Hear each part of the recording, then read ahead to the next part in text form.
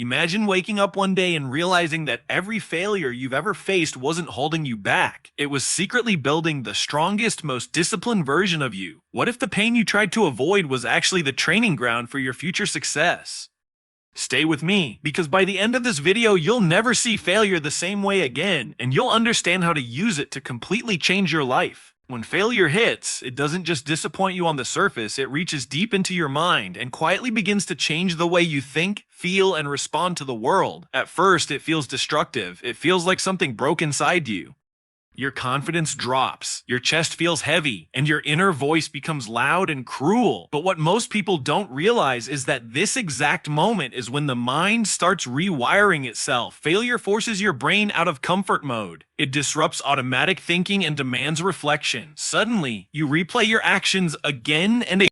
You ask yourself why it happened, what you missed, what you assumed, where you rushed, where you hesitated. This questioning is not weakness. This is the brain doing something powerful. It is updating its mental software. Growth never happens when the mind is on autopilot. Growth begins when autopilot crashes.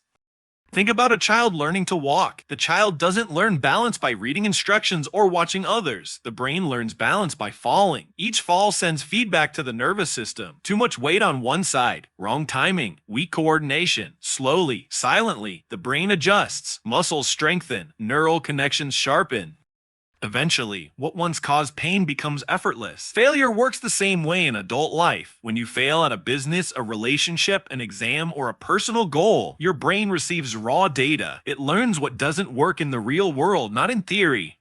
This is why lessons learned through failure stay with you longer than advice. Advice can be forgotten. Failure is remembered in the body. Thomas Edison famously failed thousands of times before creating a working light bulb. But what's more important than the number of failures is what those failures did to his mind. Each attempt trained his patience. Each disappointment strengthened his tolerance for uncertainty. Each wrong result narrowed his focus. Edison didn't just invent a bulb, he trained a mind that could endure long periods of uncertainty without quitting. That mental discipline is what most people lack, not intelligence or talent. Failure forced Edison to build it. When you experience failure, the brain activates areas responsible for error detection and adaptation. You become more aware, more cautious, but also more precise. This is why people who have failed deeply often move differently afterward. They speak with more intention, they plan with more depth, they don't rush into decisions with blind confidence.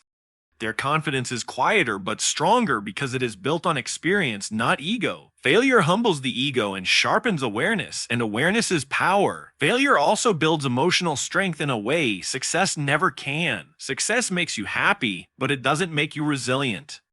Resilience is built when you survive disappointment and realize you are still standing. The first major failure often feels unbearable. You think, I can't handle this, but you do. You wake up the next day, you function, you adapt. That realization alone changes your self-image. You no longer see yourself as fragile.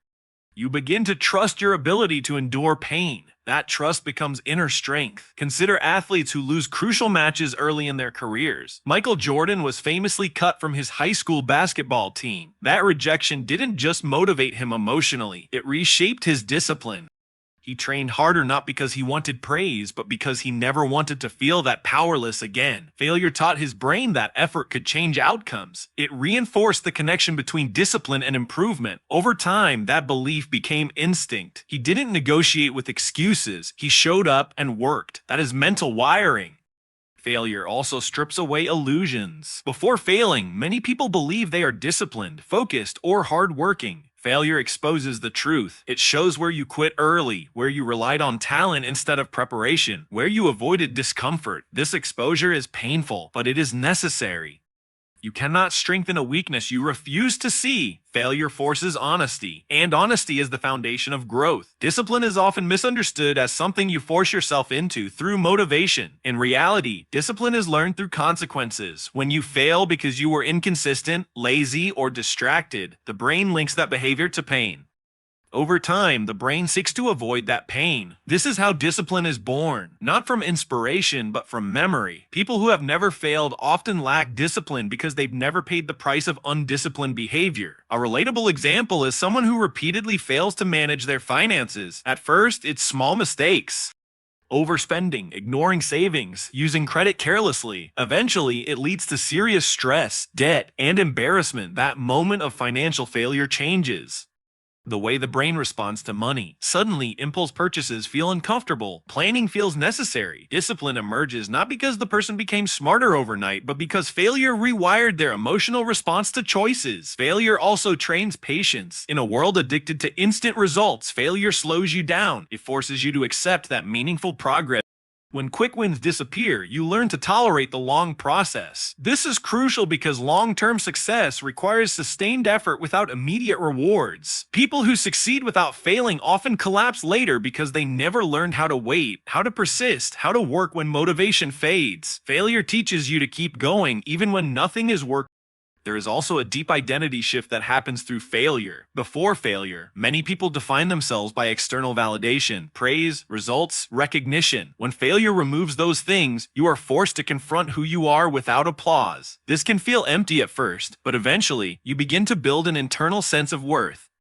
You learn to value effort, integrity, and growth rather than outcomes alone. This internal foundation is what allows people to take bigger risks later. They are no longer terrified of failing because failure no longer destroys their identity. J.K. Rowling was rejected by multiple publishers before Harry Potter was accepted.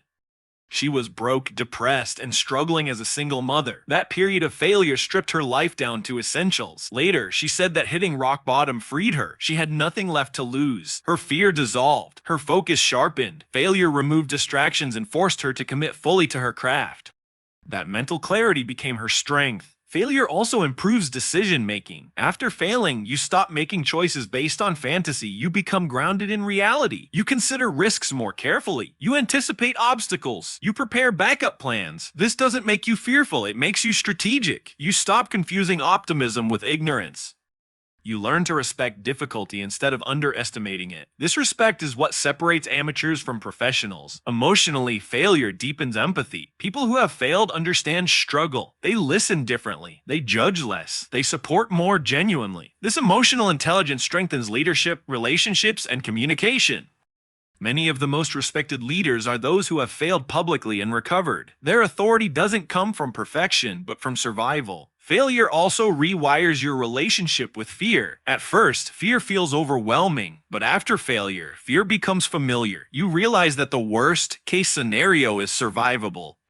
This reduces fear's control over you. You become more willing to try again, to speak up, to take risks. Courage is not the absence of fear. It is the understanding that fear does not get the final decision. Action becomes more intentional after failure. You stop wasting energy on things that don't matter. You focus on fundamentals.